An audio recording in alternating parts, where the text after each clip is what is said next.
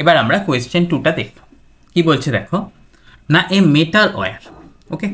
of circular cross section has a resistance of R1. Now the wire is stretched without breaking so that its length is doubled. Okay. And density is assumed to remain the same. তাহলে আমাদের এখান থেকে কি কি কথা বলে দেওয়া হচ্ছে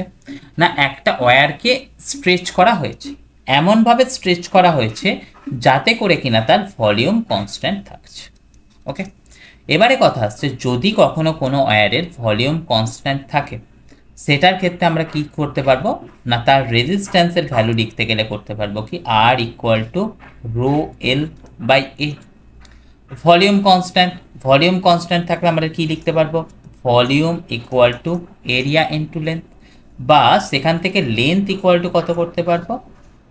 বা সরি লেন্থ না আমরা এখানেতে লেন্থটাকেই তো কাজে লাগাবো তাহলে এখানে এরিয়াটাকে রিপ্লেস করে দিই এরিয়া ইকুয়াল টু পেয়ে যাব ভলিউম বাই লেন্থ তাহলে সেই জিনিসটাকে যদি আমরা এই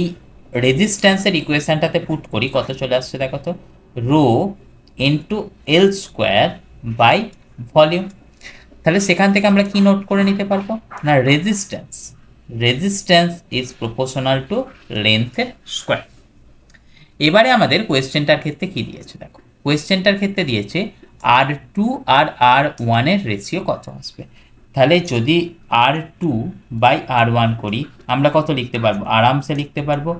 L2 square by L1 square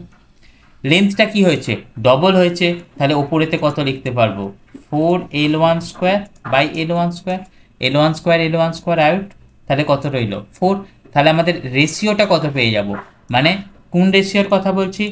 R2:R1 সেই রেশিও কত পাবো 4:1 ওকে সেটা কোন অপশানেতে দিয়ে দিয়েছে দেখো এখানে অপশান হিসাবে দিয়ে দিয়েছে অপশান সি তাহলে এখানে কোয়েশ্চেন 2 তার অ্যান্সার কত চলে আসবে না অপশান সি